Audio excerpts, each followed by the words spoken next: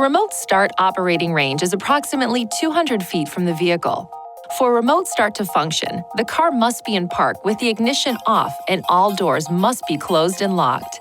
Laws in some communities and states may restrict or forbid the use of remote starters or require a person using remote start to have the vehicle in view. Check local regulations for any requirements.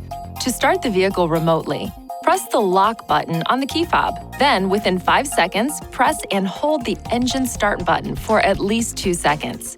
The engine will start, the parking lights will turn on, and the automatic heater and air conditioning system will begin heating or cooling the vehicle, depending on the outside temperature, the in-car temperature, and the last user mode.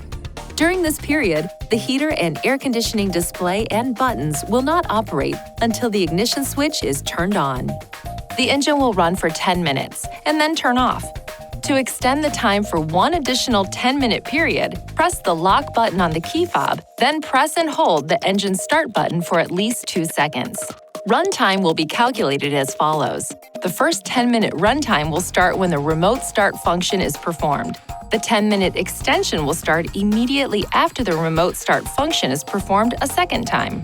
For example, if the engine has been running for 5 minutes and you extend the remote engine start, the engine will run for a total of 15 minutes.